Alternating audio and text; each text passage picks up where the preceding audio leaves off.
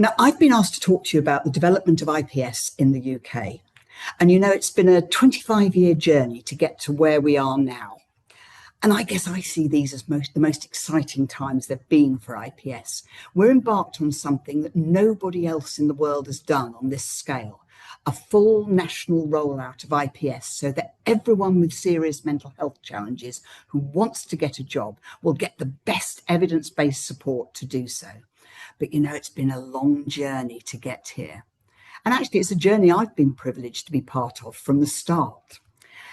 I guess it all started when I went to the United States. I had a Winston Churchill traveling fellowship in the mid-1990s, and I saw programs in the USA that were successful in helping the majority of people with serious mental health problems to get jobs and to keep those jobs. At first, I just didn't believe it. But I saw the research evidence, and more importantly, I actually saw people who I would never have believed could be successfully employed get jobs if they had the right kind of support. There was one guy who was in a municipal car park in a town on the East Coast, and he was very, very paranoid, very suspicious. And he had this wonderful job in the car park because it suited him totally. For those people he knew, he was fine. He let them into the car park. For everyone else, he said, "Who are you?" And of course, they turned around and went away. It was a perfect job for him. Now, I would have sworn that he could never get a job. And I guess what they were doing was something very different from what I was used to in the UK. Instead of training people and offering them work in sheltered workshops to get them ready for employment, they were helping them to apply for jobs straight away and then supporting them to make a success of that. Instead of agonizing over who was ready to work, how far people were from the labour market, they just simply helped anyone who wanted to have a go at getting a job. And equally importantly, instead of having a separate employment service and a separate clinical service, they actually put employment specialists into the clinical teams. And they actively worked both with employers and with individuals and with the team.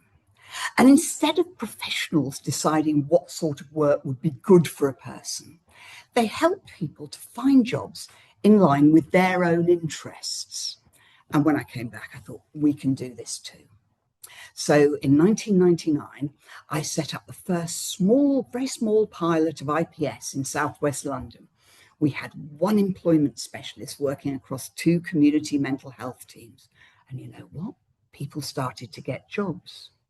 And having shown it could work, we were able to expand the service locally. We employed a vocational services manager, Miles Rinaldi, and started employing more employment specialists. And we did that by cutting some of the things that didn't work. So we had a lovely old industrial therapy unit where people were doing things like packing Monopoly sets and posh cars. This cost $190,000 per year. And in the time that I was involved with, no one got a job. We also had a more modern community sheltered workshop. They made poppies for Poppy Day. That cost $300,000 a year to run. And actually, you were more likely to escape from it by death than you were to get a job. In the last 2 years of its operation, 2 people died, natural causes, and 1 person got a part-time job. So by closing those, we created the money we needed to employ the employment specialists. And of course, others followed suit. We publicised what we were doing. We wrote papers, we spoke at conferences. Others began to see what was happening here and, of course, what was happening in the USA, and the momentum just increased hugely. IPS services were established in other places. The Centre for Mental Health did a lot of work under the leadership of Bob Grove. They set up a network of national demonstration centres, and they produced really good accessible briefing papers that summarised the research evidence, but also that demonstrated this really was very good value for money. And the success of these initiatives, what they really did was challenge that prevailing belief that people with serious mental health problems simply couldn't work. We were managed to show that with the right kind of support, people could. And you know, policymakers, politicians started to take an interest. I'm not sure I've remembered all of these quite, but anyway, it started, as far as I'm concerned, with the Social Inclusion Unit that was set up under the Blair government.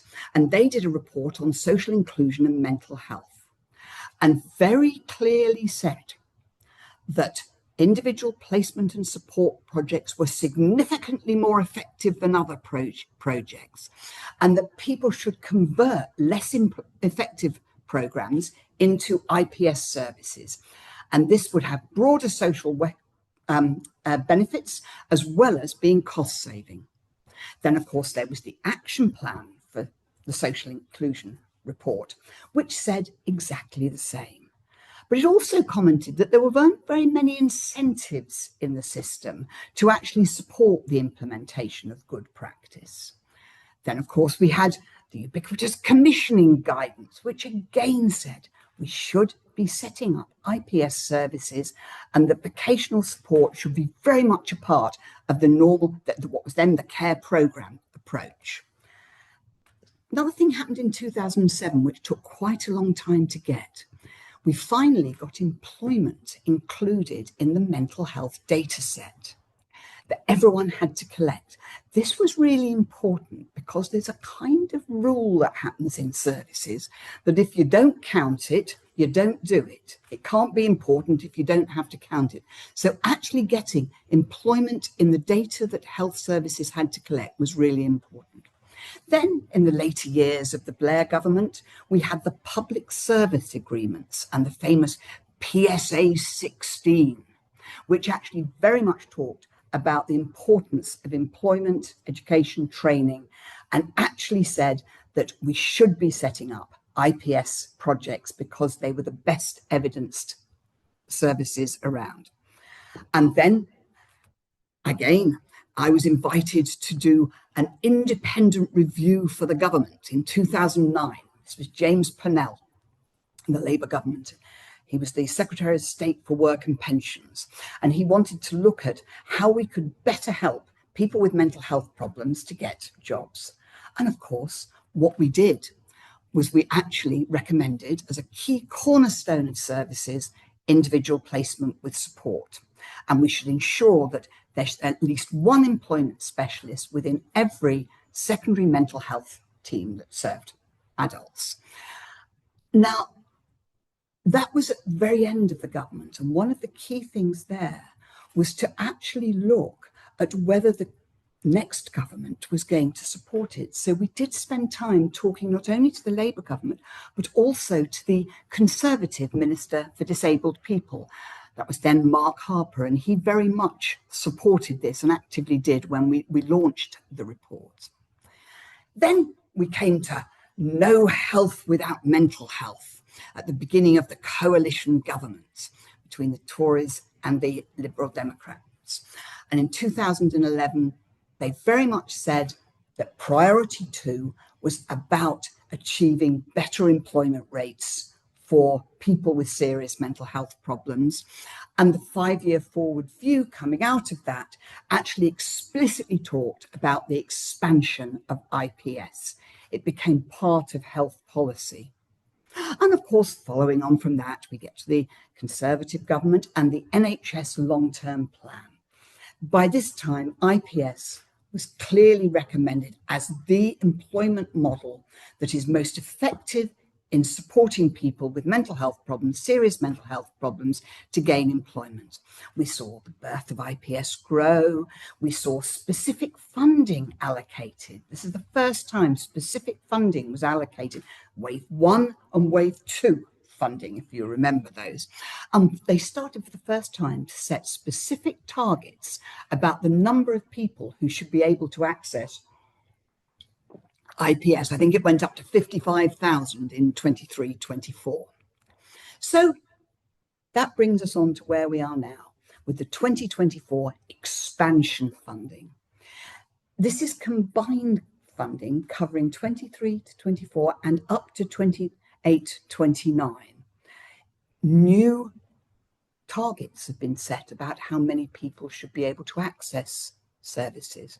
In line with the transformation of mental health services, referrals can now come not just from secondary teams, but also from primary care, from voluntary sector organisations, and self-referrals. And what is more, there's a new focus on quality and outcomes.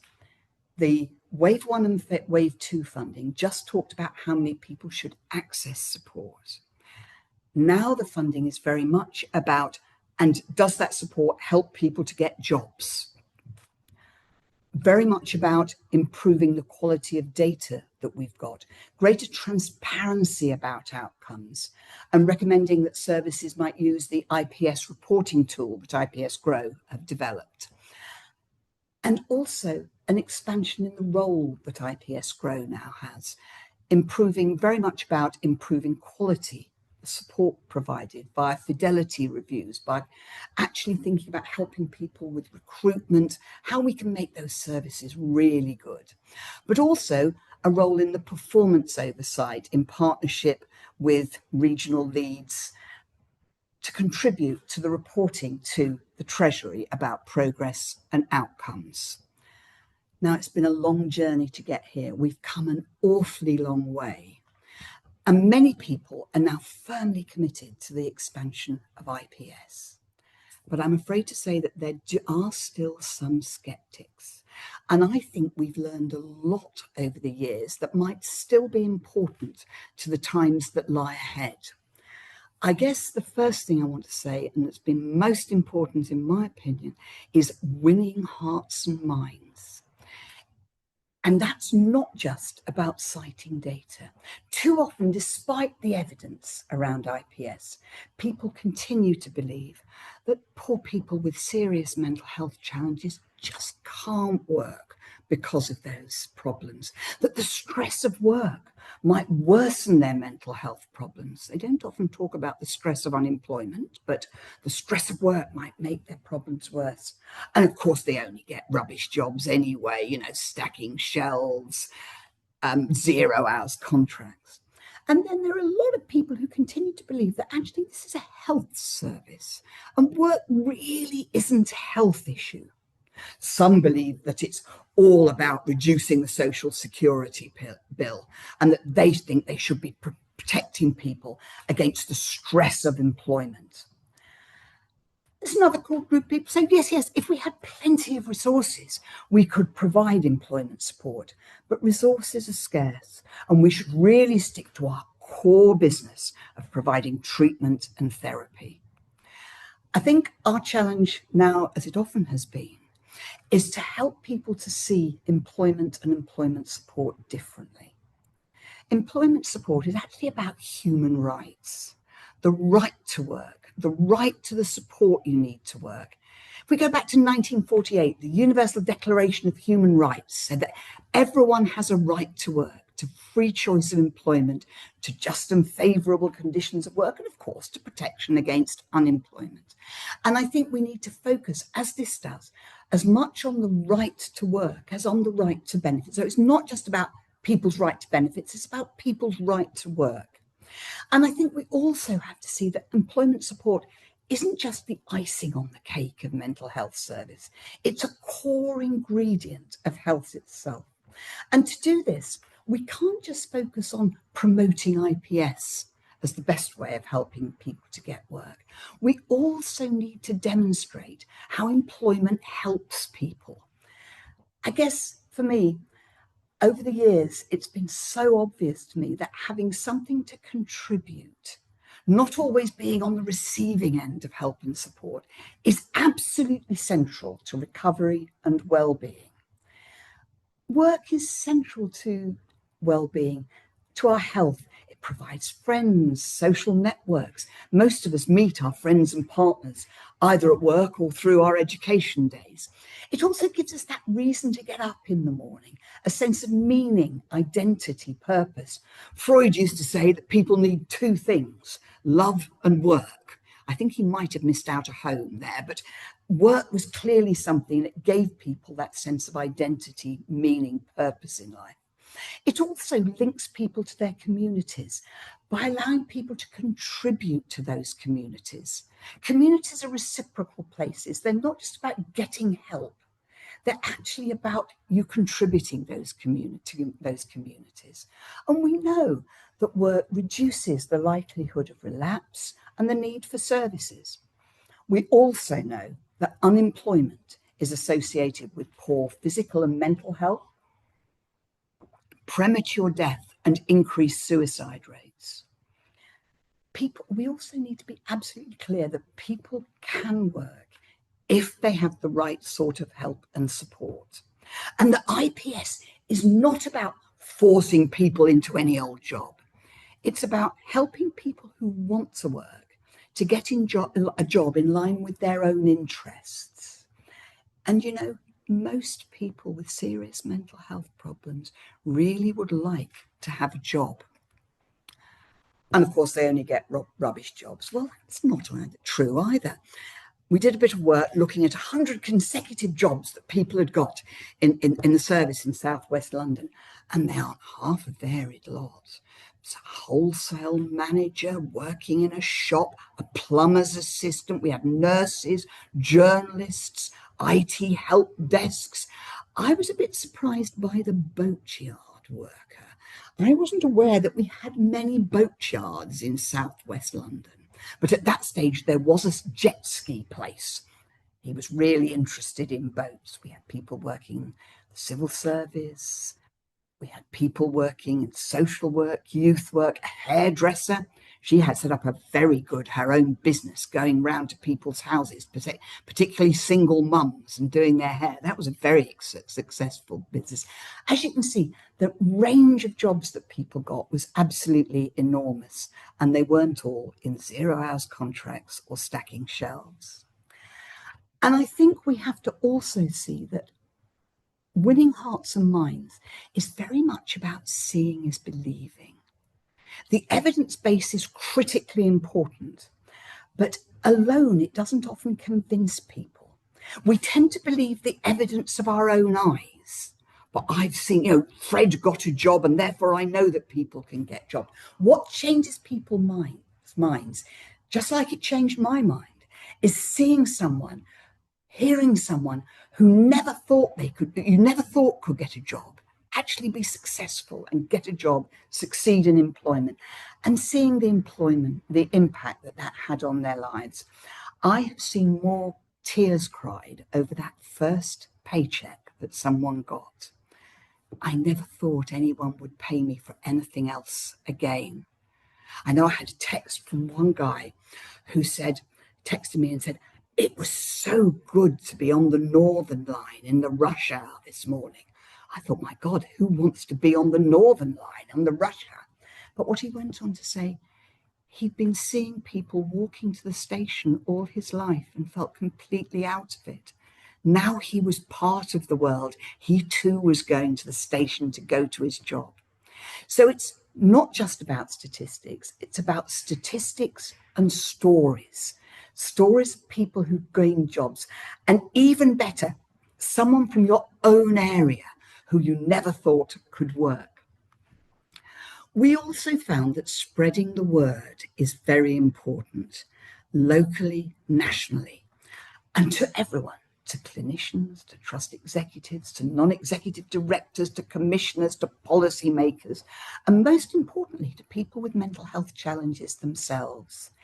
We have to actually convey to the whole system that this is important and this works. Obviously, there's lots of ways of doing it. Reports, papers in academic journals, trade publications, service user publications, conferences, meetings, written accounts from individuals, videos. But it's really important that this becomes part of our day-to-day narrative. Everybody knows about it, knows what it is, knows that people get jobs.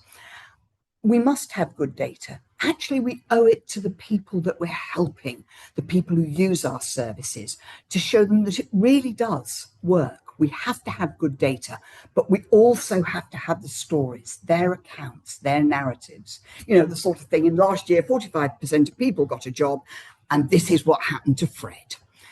That's what seemed to be really important. I think we also found that in winning hearts and minds, finding allies was important. In any team, in any organisation, in any health or social care system, it's possible to find some people, people with influence, who are positive about employment and IPS, and can be really important in convincing others who might be more cautious. If we can get others to promote IPS, then very often it becomes much more part of the system. Now, Harry Truman said, it's amazing what you can accomplish if you don't care who gets the credit. If people within that system are advocating for IPS, it may well persuade more people. And I guess this is not just about announcing things at meetings. People get very scared when new ideas are announced at meetings. It's about all those conversations you have individually with people beforehand. They're important in finding allies, understanding what people's concerns are. What are the objections? How can we address them? And equally, it's important in enabling us to market IPS in line with other people's concerns and priorities. What are the priorities, the concerns of the system? How might IPS be one of the things that can help with those? I guess the other thing I've heard an awful lot of is, it may work in USA, but what about Sunderland? Or it's all very well, it works in London, but what about East Anglia? I guess the reality is people don't believe it until it's been in their place. Much of the original IPS research was done in the USA. Maybe it's not going to work in places where we've got good welfare benefits, in places where there's high unemployment. Actually, there's been research done on this. We know that IPS is not affected by the generosity of welfare benefits, the state of the economy, employment rates. There's a slight difference in economies where there are very strong legal protections against getting sacked to work, but it's very slight difference, and it's still the case that IPS is very effective and more effective than any other kinds of employment support. And you know, I think it would be wholly unethical to do more and more randomized controlled trials in every place that IPS might be expected. Because that would mean depriving a whole set of people who are in the control group of what we know to be an effective intervention. We'd never tolerate it with other treatments, you know. We'd never tolerate it with CBT or clozapine. We wouldn't say, oh, you can't have it because we haven't proved it works in our town. I think we've got to be clear that there have been enough good quality trials now. We know that it's effective. Now our challenge is the implementation one. But I think over the years, one of the biggest challenges we've faced is that IPS challenges a lot of our common assumptions. You know, those well-known facts. Like, it's a well-known fact that people have got to build up their skills and confidence in a safe place before they can move into open employment. Or people have really got to get better before you start thinking about work. I think we need to offer people different ways of understanding. You know, that common assumption about stepping stones. People have got to take little steps in safe environments. If we look at it, the reality is that very, very few people move from sheltered work or pre-vocational training to open employment. And if we look at the research, actually a lot of people get fed up and drop out because they lose all hope of getting a job. What people learn in safe, sheltered environments is that they can only work in safe, sheltered environments, and they never move into work. So what really increases people's confidence is actually getting a job. I think we don't need to think about stepping stones because people never get their feet wet.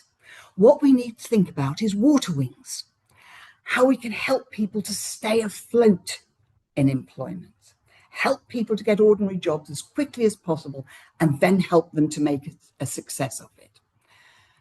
I guess the other common assumption is that people need to get better, be fully well before they're ready for work. You've got to provide treatment and then work rehabilitation. The reality is that the longer you're out of work, the less likely you are to return, or indeed have a job to go back to. And you really don't have to be fully well to work. I think if all of us had to be fully well to work, we'd have very little labour force in the country at all. I think the other thing we've got to recognise is that some people have problems that get completely better, but this can take a heck of a long time. And many people with more serious challenges have problems that are always there or fluctuate, come back from time to time. And I think in this context, there may be parallels with physical disability and maybe a social model of inclusion. You see, traditionally in health services, we adopt a kind of clinical model of inclusion based on symptom reduction. We try to change the person so that they fit in, so that they're ready for work via treatment, skills training, confidence building, decreasing anxiety, and the like. I think if we look at the broader disability arena, they very much adopt a social model of inclusion, a model that talks about changing the world so it can accommodate people, looking at the barriers to work, the support, the adjustments that people might need, the wheelchair, the hearing loop, ramps, assistance dog, personal assistants. What are the equivalents for mental health of the wheelchair, the hearing loop, etc.? If you've got a broken spine, the focus is not on making you be able to walk again forever. It's actually about the support, the adjustments you need to work. And research suggests that a similar approach applies for people who experience mental health problems, because we know the most important thing determining whether people with a serious mental health problem can work is the type of support and adjustments that they receive. And IPS very much adopts a social model of inclusion.